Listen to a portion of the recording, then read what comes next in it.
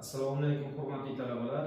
Bugungi sizlar bilan o'tadigan mavzuimiz turli xil mikroskoplar bilan tanishish, ishlatish usullari va qoidalari mavzusida bo'ladi.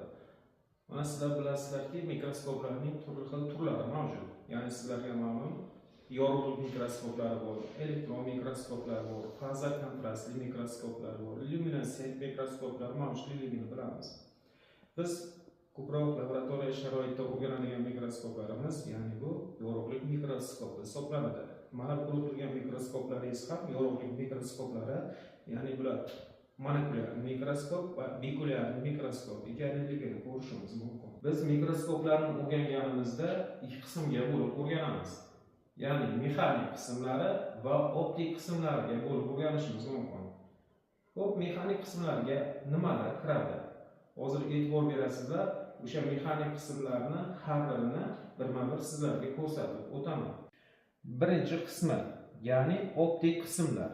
Optik qismlarni o'rganadigan bo'lsak, ya'ni bularga kiradiganlari. Ya'ni okulyarlar, mana ko'rib turibmizki, o'sha okulyarlar, bularni bemalol olib ko'rishimiz mumkin bo'ladi. Ya'ni okulyarlar. Undan keyingi o'rganadiganimiz, ya'ni revolverlar. Mana bu ko'rib turgan narsalarimiz o'sha revolverlar ekanligini ko'rishimiz mumkin bo'ladi. Va shu bilan birgalikda bu yerda kondensor, mana bu ko'rib turgan qismlaringiz o'sha kondensor ekanligini ko'rishimiz mumkin. Mana harakatga keltirishimiz mumkin kondensorni. Va shu bilan birgalikda yoritgich oyna. Mana bu to'rtala qism mikroskopning optik qismlarini tashkil etadi. Undan keyingi o'rganadiganimiz ikkinchi qismlarimiz, ya'ni bular mexanik qismlar. Mexanik qismlarga kiradi, ya'ni tubuslar, mana bu ko'rib turganimiz tubus. Undan keyingisi buyum stolchasi, mana ko'rib turibmiz, mana bu qism buyum stolchasi. Yana shu bilan birgalikda diagonal vintlar, ya'ni ko'rishimiz mumkin, buyum stolchasini harakatga keltiruvchi diagonal vintlar mavjud ekanligini ko'rishimiz mumkin. Va shu bilan birgalikda ko'rayotganimiz makrovint va mikrovintlar mavjudligini ko'rishimiz mumkin. Va oxirgi ko'radigan vintimiz mavjud, ya'ni bu vintimiz kondensor vint hisoblanadi. Bu kondensorni harakatga keltiruvchi vint ekanligini ko'rishimiz mumkin.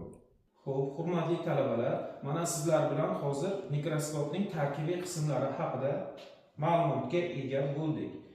Endi har bir tarkibiy qismni o'zi bajaradigan ishlari mavjudligini ko'rishimiz mumkin.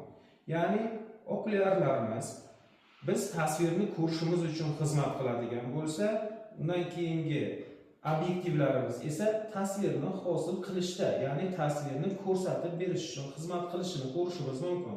Bu yerda bir qancha o'sha obyektivlarimiz mavjud. Obyektivlarimizda biz o'zimizga kerakli bo'lgan kattalikdagi obyektivni tanlab olamiz. Odatda o'sha tasvirni hosil qilishimizda birinchi navbatda biz eng kuchsiz obyektivdan foydalanamiz. Tasvirni hosil qilganimizdan keyin o'rganilayotgan gista preparatni ichkariroqgacha o'rganishimiz uchun asta-sekinlik bilan kuchsiz obyektivdan kuchlisiga o'tkazib boramiz. Buni kuchsiz obyektivdan kuchlisiga olishimizda biz revolverdan foydalanishimiz kerak bo'ladi. Undan keyingisi kondensor. Kondensorni ko'radigan bo'lsak, kondensor bizga buyum stolchasini bir tekis yoritib berish, ya'ni o'sha yorug'likni buyum stolchasining kretkasiga to'g'irlash uchun xizmat qilishini ko'rishimiz mumkin. Bu yerdagi ko'zgu bo'ladigan bo'lsa, bu ko'zguda u yerda sun'iy ravishda hosil bo'ladigan yorug'lik nuri bor.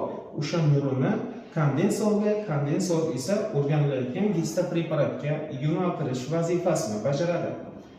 Xo'p, optik qismlarni vazifalari haqida mana to'xtalib o'tdik. Endi mexanik qismlarni vazifalari haqida to'xtalib o'tamiz.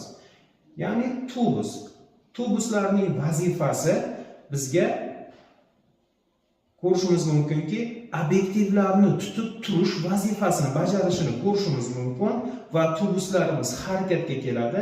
Ya'ni bu bikulyarli mikroskop bo'lganligi sababli, ya'ni bu yerda har bir ko'rganimizda o'sha ikkala ko'z bilan ham qaraganimizda bitta nuqtani ko'rishimiz kerak bo'ladi.